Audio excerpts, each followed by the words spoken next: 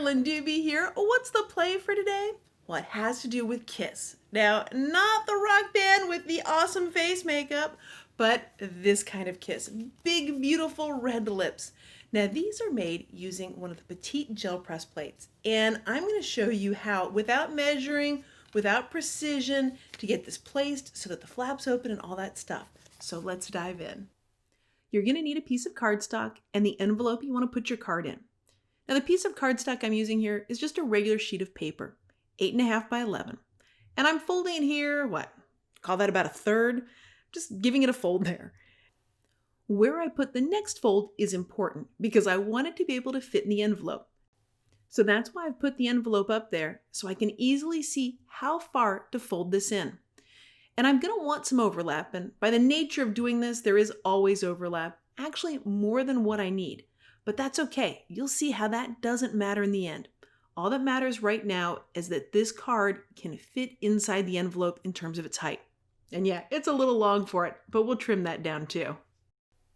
Let's talk about where we're going to put those big, beautiful lips.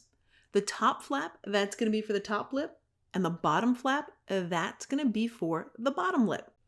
When I'm positioning this, I make sure that the bottom lip is completely on that bottom flap.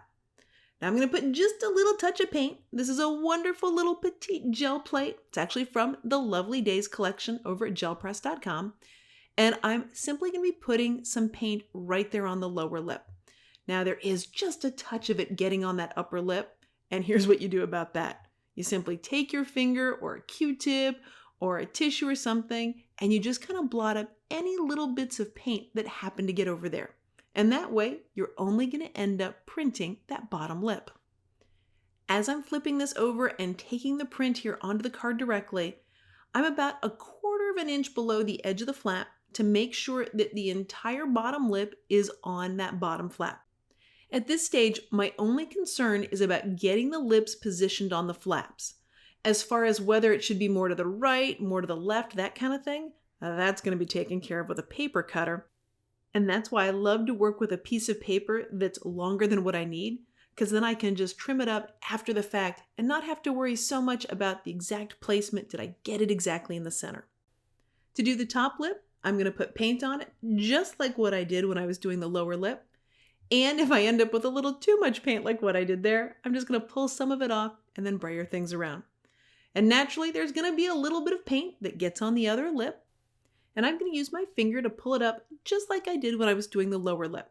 But a word of caution is that if you put wet paint on your fingers, sometimes a little bit of that wet paint can end up somewhere on a white card where you didn't intend. So if that kind of thing bothers you, you may want to use something like a Q-tip. All right, so now we need to line up where that top lip is going to go. Yep, I've got the flap closed.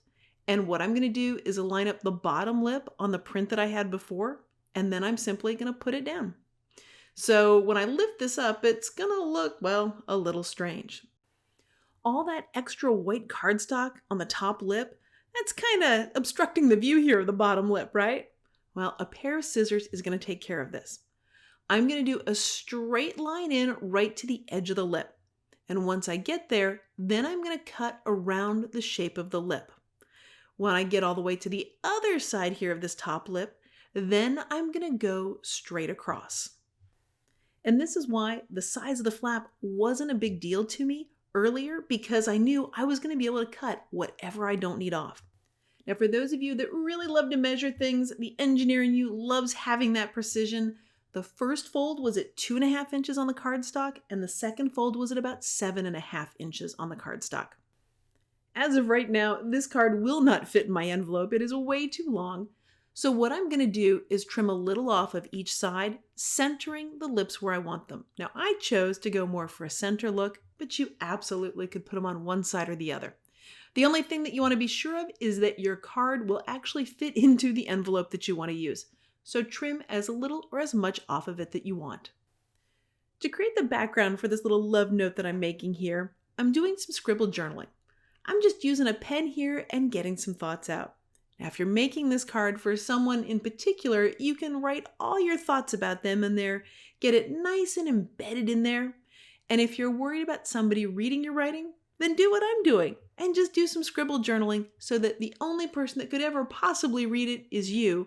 And well, in this case, the way I'm doing it, even I can't read what this is. Next, I'm going to add a couple of stenciled letters. And yeah, I just put black paint right on those lips. Not to use those lips, that black on there, to print the lips. I'm actually using it as a paint palette. And I love that we have an abbreviation for hugs and kisses, because those words would be a lot longer to stencil than simply putting X's and O's on here. Now, the trick when you're stenciling to getting a really crisp image is to use a very small amount of paint. So there's not much paint whatsoever on that cosmetic sponge. Now, the stencil that I'm using here, this one is called the Feelings and Emotions Alphabet, and it's one that I created for over at stencilgoproducts.com. Once I got these letters on here, I thought I was finished, that I was done. But it turns out, nope, I had an idea a little bit later, so I turned that camera back on, and now what I did is I just gave it a little bit of a border by taking a pen and going along the edges. Well, thanks so much for joining me for today's play. If you've been enjoying this video, I'd so appreciate it if you gave it a thumbs up. And if you'd like to see more gel press videos, if you like more ideas and ways to use your gel press plate, then hit that subscribe button. That way you'll know as soon as there's a new video out.